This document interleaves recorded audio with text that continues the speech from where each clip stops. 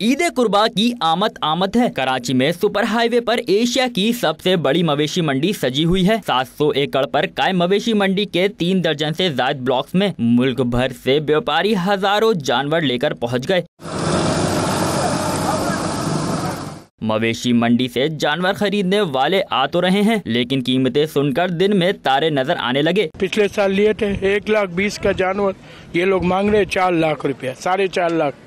इस हिसाब से हम कैसे लेवे भाई? बहुत महंगा है जानवर और कीमतें खरीद से जो है ना बहुत ज़्यादा आगे हैं, यानी ये डबल से भी ज़्यादा मांग रहे हैं, ये समझे। व्यापारियों ने सहूलियात ना होने की शिकायतें कर दी, जबकि जानवरों की आसमान से बातें करती कीमतों की वजह महंगाई को करार दिया। मवेशी मंडी में बुनियादी सहूलियात ना होने के 22 शहरियों को मुश्किलात का सामना है और बरसात हो गई तो मुश्किलात मजीद बढ़ जाएंगी। कैमरामैन अली इमरान के साथ फैयाज यूनुस, 92 न्यूज़, कराची।